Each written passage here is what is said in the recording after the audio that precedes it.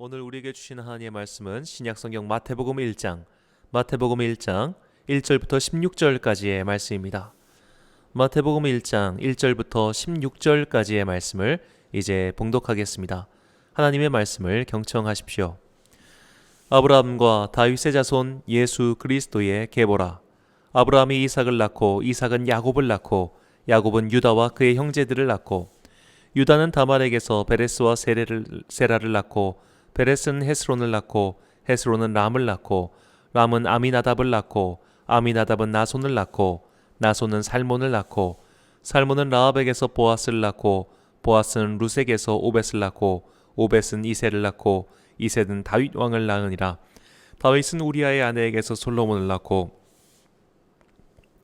솔로몬은 르호보암을 낳고 르호보암은 아비야를 낳고 아비야는 아사를 낳고 아사는 여호사밧을 낳고 여호사밧은 요람을 낳고 요람은 우시야를 낳고 우시야는 요담을 낳고 요담은 아하스를 낳고 아하스는 히스기야를 낳고 히스기야는 므낫세를 낳고 므낫세는 아몬을 낳고 아몬은 요시야를 낳고 바벨론으로 사로잡혀 갈 때에 요시야는 여고냐와 그의 형제들을 낳으니라.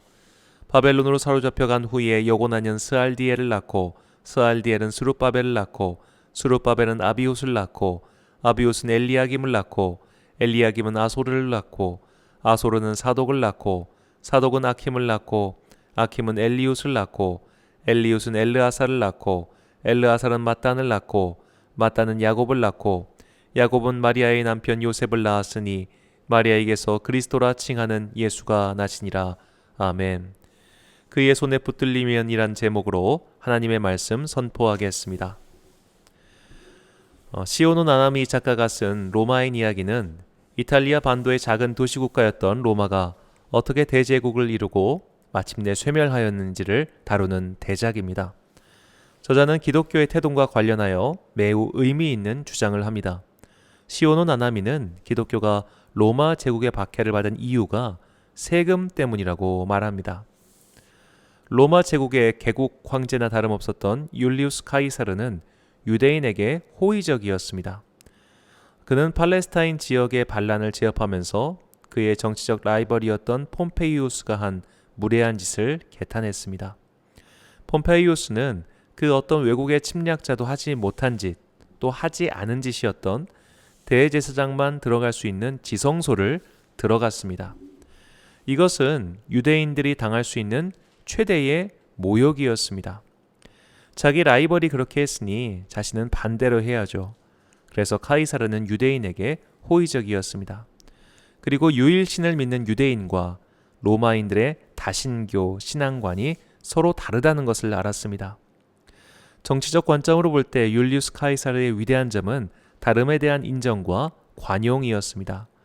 그 관용적 태도 때문에 정적들을 살려뒀고 그 정적들이 모여서 그를 암살하는 것은 역사의 모순이다라는 생각이 들기도 하지만 그는 살아있는 동안 나와 너의 문화적 차이와 다름을 잘 알고 있었습니다. 그래서 유대인들에게 억지로 로마의 문화나 신관을 주입하려 하지 않았습니다. 그 정책으로 카이사르는 유대인들에게 종교세를 걷지 않았습니다. 로마의 신들에게 로마의 신민들이 내야 하는 세금을 면제해 준 겁니다. 물론 다른 항목으로 바꿔서 세금을 걷어갔지만요. 처음 기독교가 등장했을 때 로마의 지도자들은 별 관심을 두지 않았습니다. 그냥 바리새파, 사두개파, 에세네파처럼 유대교의 분파라고 생각했습니다. 그런데 살펴보니까 기독교는 유대교의 분파가 아니라 완전히 다른 종교였습니다. 그러니까 기독교인들은 유대인뿐만 아니라 로마의 시민들에게도 포교를 했습니다.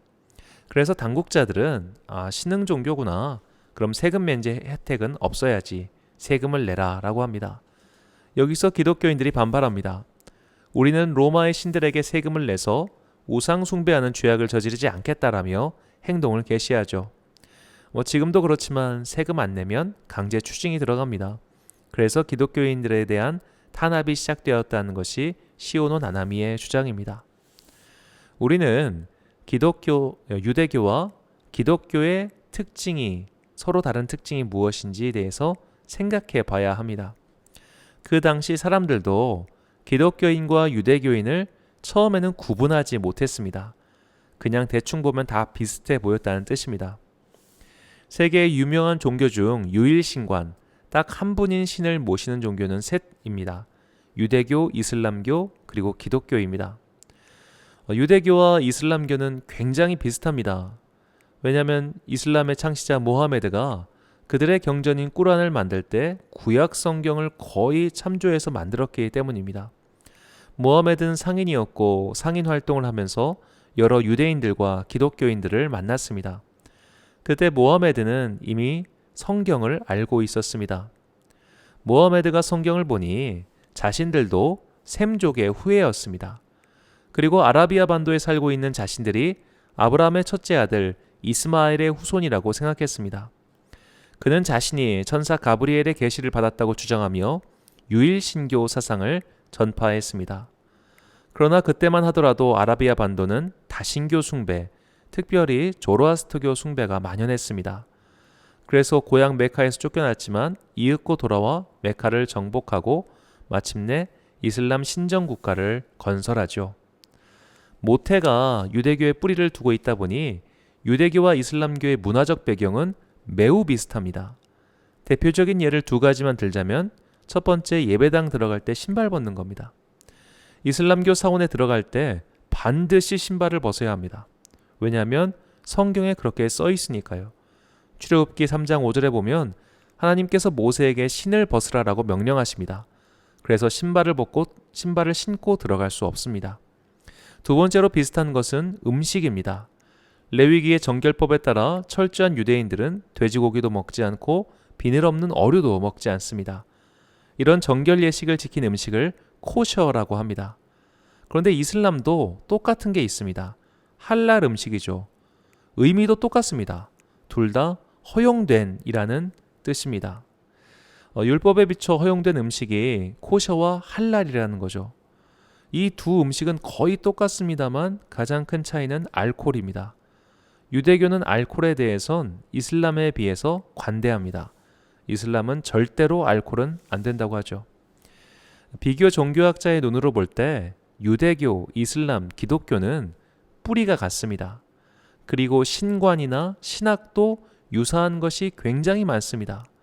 그래서 종교학자들은 이 세 종교의 대화와 화합을 오랫동안 시도해 왔습니다.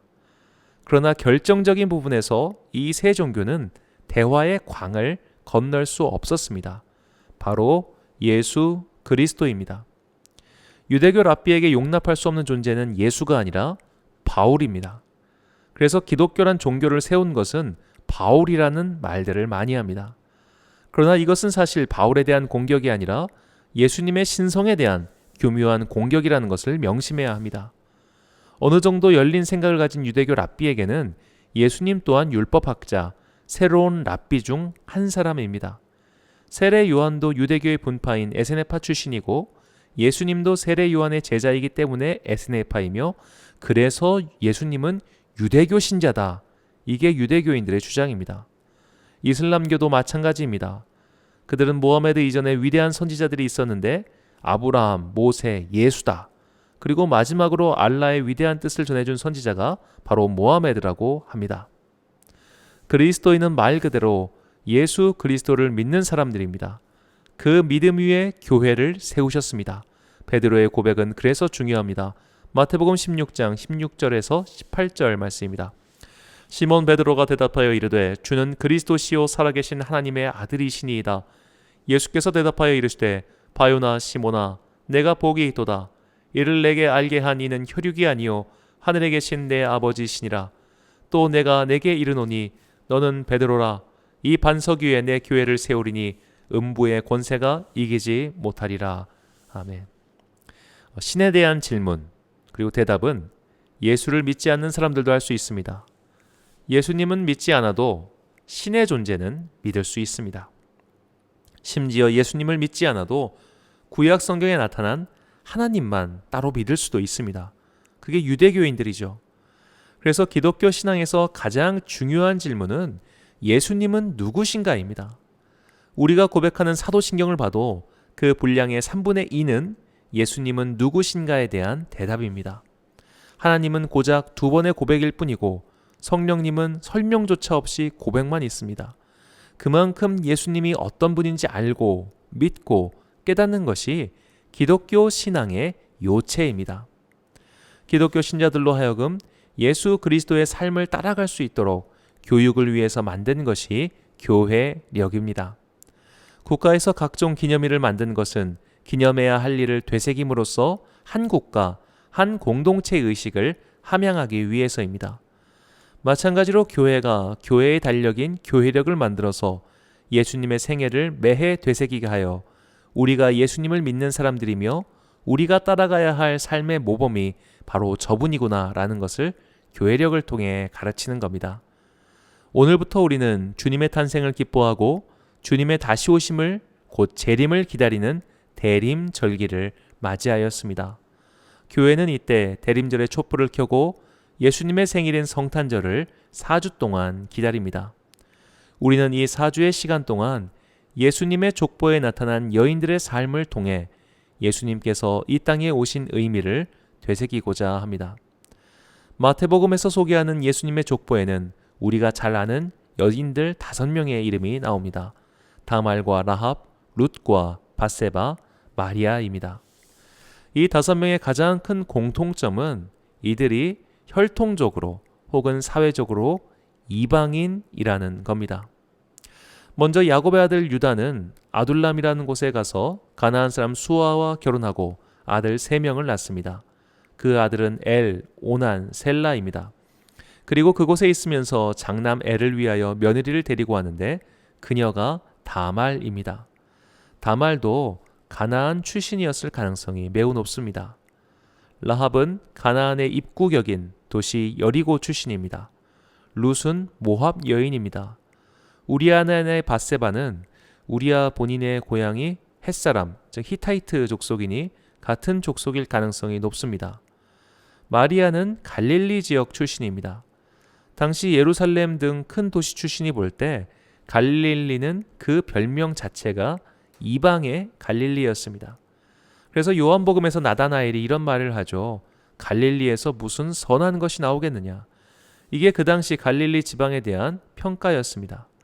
즉 예수님의 족보에서 이 5명 여성 이름이 언급된 것은 그 당시 이 복음서를 접했을 사람들, 즉 마태복음이란 책을 처음 읽는 사람들에게는 굉장히 충격적인 말이었을 겁니다.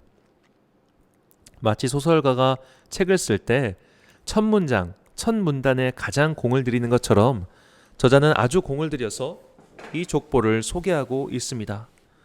여기에 언급된 여인들 말고 누구나 다 좋아하고 칭송할 이름인 사라, 리브가, 레아 같은 족장들의 부인은 이름조차 언급이 안 됩니다.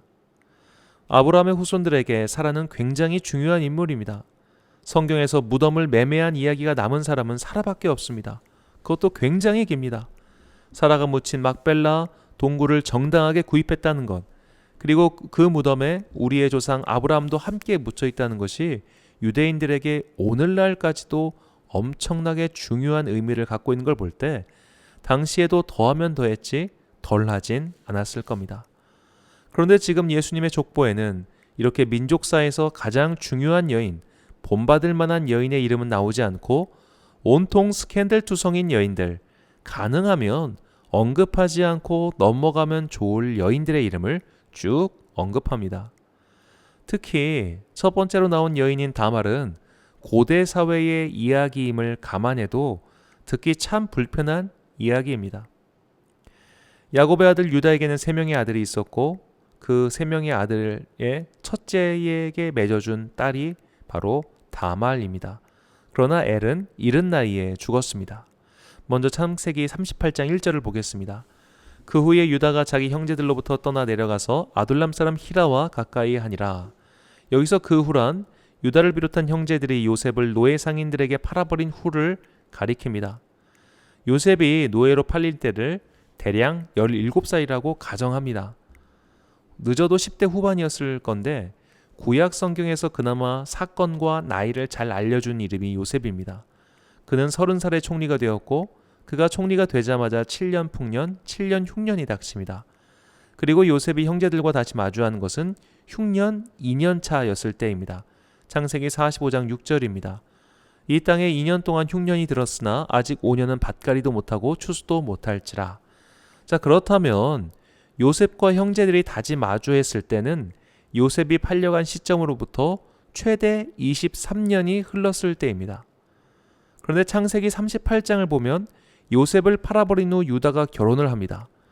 이 기간을 최대 23년이라고 가정했을 때 유다는 23년 동안 안에 결혼해서 아이 3명 낳고 키우고 장가 보냈다, 이런 말입니다. 그러니까 오난 등은 모두 10대의 시절에 결혼을 했다고 봐야 합니다. 그래야 연대가 맞습니다. 자, 10대 굉장히 일찍 장가를 보낸 큰아들이 죽었습니다. 그래서 며느리인 다말 혼자 남았습니다. 그 며느리를 둘째 아들인 오난과 맺어줍니다.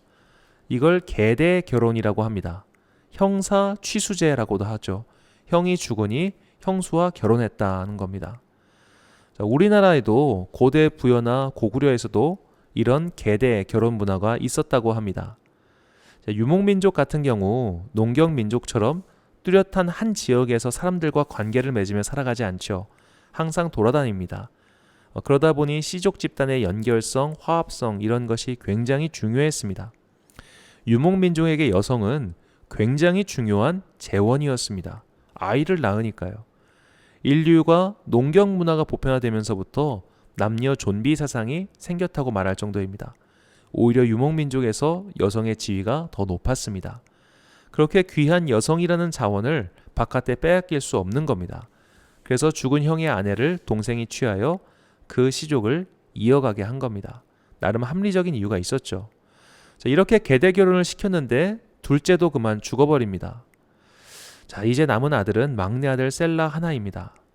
유다 입장에서는 하나 남은 아들도 죽을까봐 염려스러웠을 겁니다.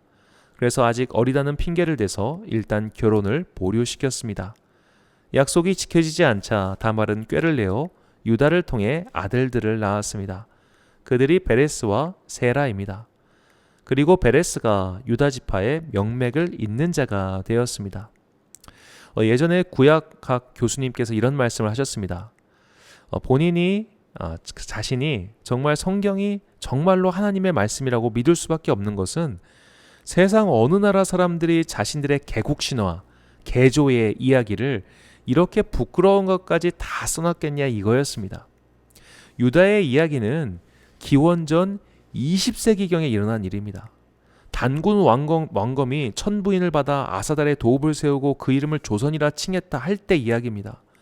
똑같은 시절에, 그러니까 유다와 요셉의 이야기가 우리에게 그 시절에 단군 왕검은 그 인간이 된 웅녀 사이에서 태어나 강의 신인 하백의 딸과 결혼해가지고 무려 1500년 동안 나라를 다스렸다고 합니다.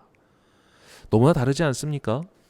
이 성경은 그저 신화다, 허무맹랑한 이야기다라고 치부하는 사람들은 이 조선 상고사라도 한번 읽어봤으면 좋겠습니다. 고조선 시대가 아브라함이 활동할 때입니다. 다윗이 돌멩이로 골리앗을 쓰러뜨렸을 때 한반도에 조선이라는 나라가 있었습니다. 기원전 10세기니까요. 그때에 대해선 아무런 이야기도 전해지지 않습니다.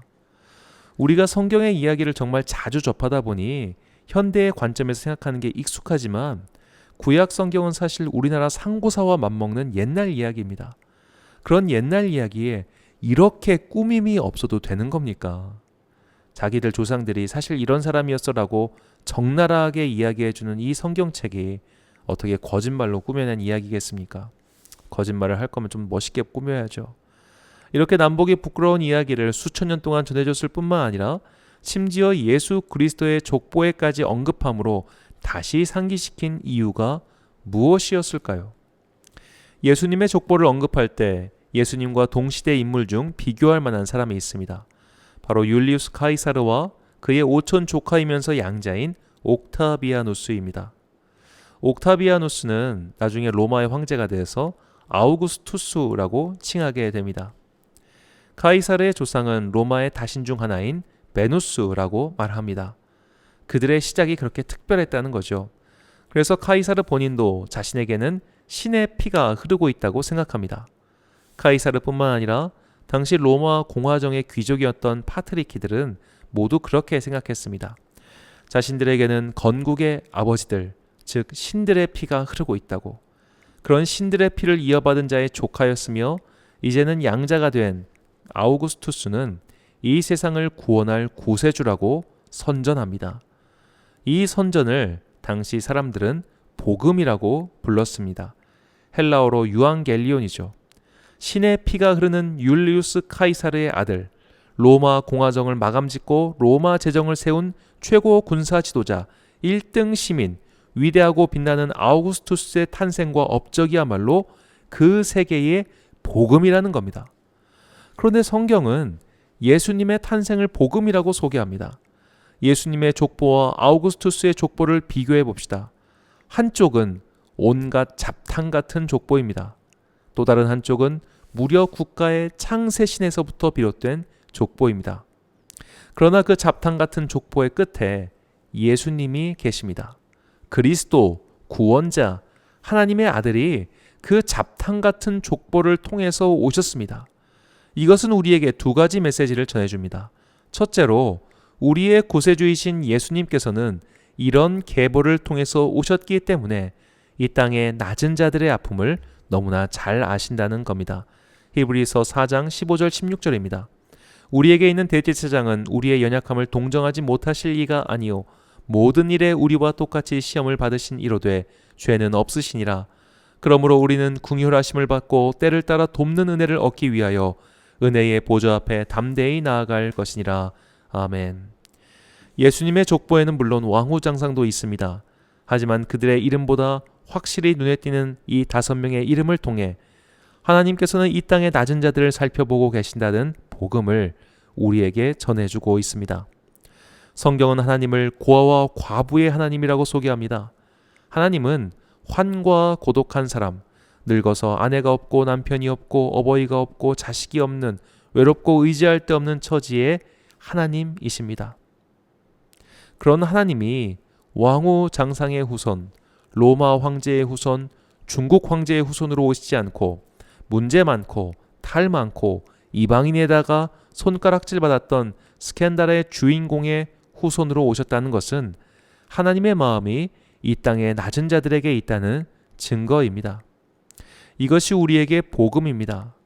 우리는 하나님의 도움으로 인생의 승리자가 될 수 있습니다. 성공하고 번영해서 평안할 수 있습니다. 그러나 하나님의 시선은 그런 분들에게만 머물러 있지 않습니다. 세상의 낮은 곳에 있을 때 위를 쳐다보면서 이런 생각을 할 때가 많습니다. 왜 하나님은 저들만 사랑하시지?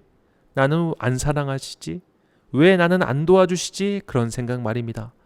물론 성공한 저들도 하나님의 사랑을 받았습니다. 하지만 하나님은 바닥에서 전전긍긍하고 있는 나에게 더 많은 관심을 기울이고 계십니다. 하나님의 사랑은 어머니의 사랑을 많이 닮았습니다. 우리는 우산장수와 부채장수 동화를 알고 있습니다. 어머니는 비가 올 때는 부채장수 아들이 걱정됩니다. 날씨가 좋을 때는 우산장수 아들이 걱정입니다. 이건 어리석은 게 아니라 어머니의 마음 때문입니다. 어머니의 마음은 잘 나가는 아들을 걱정하는 게 아니라 못 나가는 아들, 못난 아들을 더 감싸고 사랑합니다. 하나님의 사랑이 그렇습니다. 성공한 자들은 안 사랑하신다는 게 아닙니다.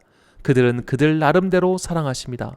그러나 낮은 자리에 있는 주님의 자녀들을 더 사랑하고 관심을 갖고 계십니다.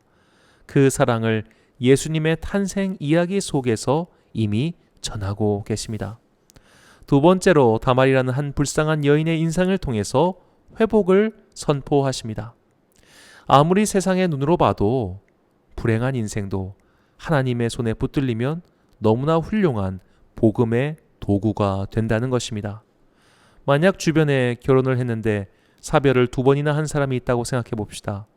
아무리 21세기 과학의 시대를 살고 있어도 재수가 지지리도 없다며 엄청난 손가락질을 받을 겁니다. 불행을 넘어 불길하다고 손가락질 받을 겁니다. 하지만 그런 인생도 하나님께서는 사용하셔서 이렇게 영광의 자리에 올려놓으셨습니다. 마태복음에 나오는 예수님의 족보를 보면 자신이 낳은 자녀 이름이 둘 다 올라온 사례는 다말뿐입니다. 본문 3절 상반절입니다. 유다는 다말에게서 베레스와 세라를 낳고, 베레스와 세라는 쌍둥이였습니다. 이 아이들이 누구의 사랑을 받았겠습니까? 아버지 유다는 이 사건 이후로 그들을 쳐다보지도 않았을 겁니다. 그리고 이미 유다에게는 셀라라는 아들이 하나 더 남아 있었습니다. 그냥 생각해봐도 베레스와 세라는 사람들의 눈총을 받으며 그리고 친부의 무시를 받으며 컸을 겁니다. 하지만 베레스와 세라는 각각 일가를 이뤘습니다. 민수기 26장 19절에서 22절입니다. 유다의 아들들은 에르와 오난이라. 이 에르와 오난은 가나안 땅에서 죽었고, 유다 자손의 종족들은 이러하니 셀라에게서 난 셀라 종족과 베레스에게서 난 베레스 종족과 세라에게서 난 세라 종족이며, 또 베레스 자손은 이러하니 헤스론에게서 난 헤스론 종족과 하몰에게서 난 하몰 종족이라. 이는 유다 종족들이니 계수된 자가 76,500명이었더라. 아멘.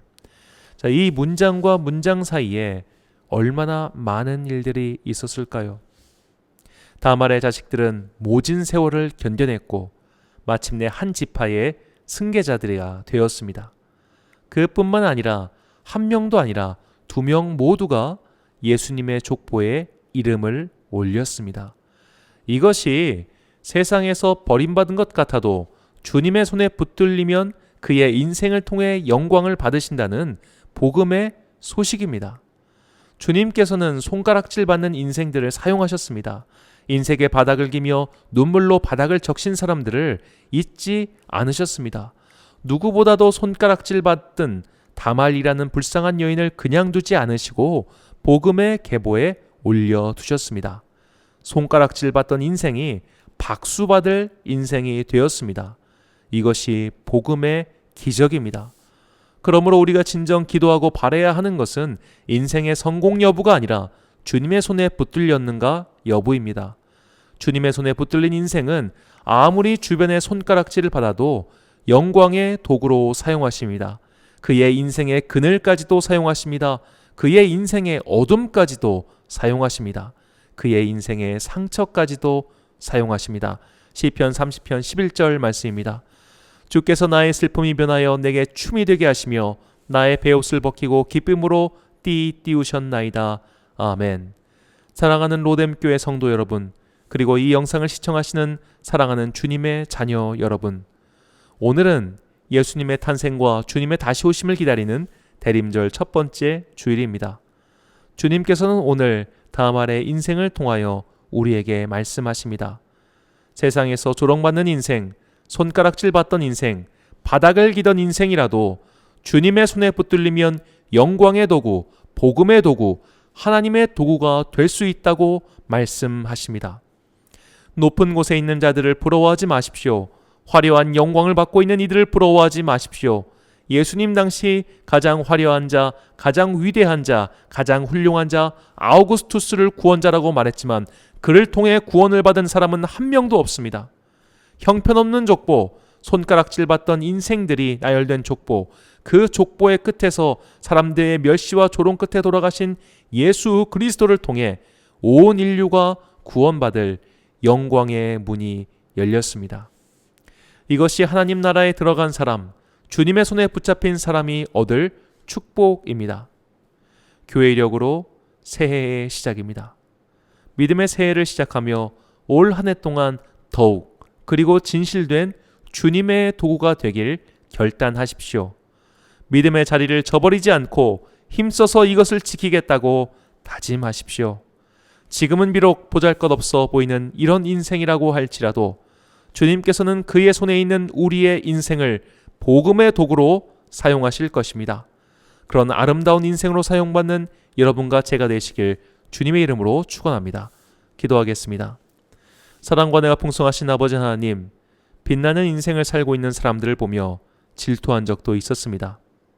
저들은 어떻게 저렇게 많은 복을 받았을까? 왜 나는 저런 복을 받지 못할까? 무엇이 다른가라며 질투하며 때로는 하나님을 원망도 했습니다. 그러나 오늘 말씀을 통해 하나님께서는 이 땅의 낮은 자들을 사용하셔서 세상의 높은 자들을 부끄럽게 하시고 더욱 큰 영광을 받으신다는 것을 깨닫게 해주시니 감사합니다. 불행한 여자 다말의 인생을 사용하셔서 복음의 계보를 이루신 주님, 불행한 아이들이었던 베레스와 세라의 이름을 주님의 족보에 남겨주심으로 주님께서 어떤 인생을 통하여 영광을 받으시는지 깨닫게 해주시니 감사합니다. 낮은 자리에 있더라도 절망하지 않겠습니다. 희망의 편린이 보이지 않아도 낙심하지 않겠습니다. 주님께서 사용하시면 낮은 곳에도 빛이 오며 주님이 버리시면 높은 곳도 어둠이 덮인다는 것을 깨달았습니다. 지금 내가 있는 상황에 절망하지 않겠습니다. 주님께서 오시면 절망도 희망으로 바뀌는 것을 깨달았사오니 주여 지금 우리 곁에 오셔서 우리의 인생을 사용하여 주옵소서. 우리의 슬픔이 변하여 기쁨이 되게 하시고 주님을 사랑하고 믿는 자들이 결코 망하지 않는다는 것을 세상 사람들이 보고 고백하게 하옵소서. 주님의 다시 오심을 기다리는 대림절 첫 번째 주일을 맞이하게 하시니 감사합니다. 교회의 력으로 새로운 해의 시작입니다.